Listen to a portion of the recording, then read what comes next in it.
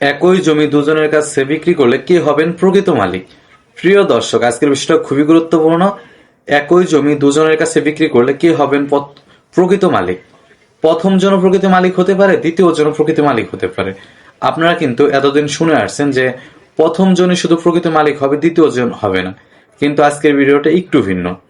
প্রথম জন মালিক হতে পারে প্রকৃত, দ্বিতীয় জন হতে পারে। চলেন এবার আলোচনায় আসি।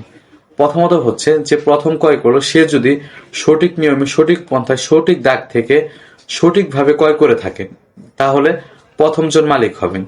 এবং কি দ্বিতীয় ব্যক্তি যদি ওই একই জমি সঠিকভাবে, সঠিক নিয়মেও করে থাকে, তাহলে দ্বিতীয় জন মালিক হবে না।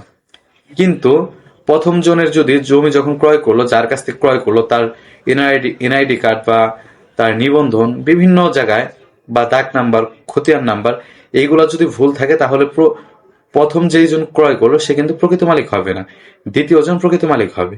অর্থাৎ সঠিকভাবে যদি প্রথম জন একই জমি একই দাগ থেকে ক্রয় করে থাকেন, সমস্ত তফসিল সঠিক থাকে, তাহলে কিন্তু প্রথম জনই মালিক হবে।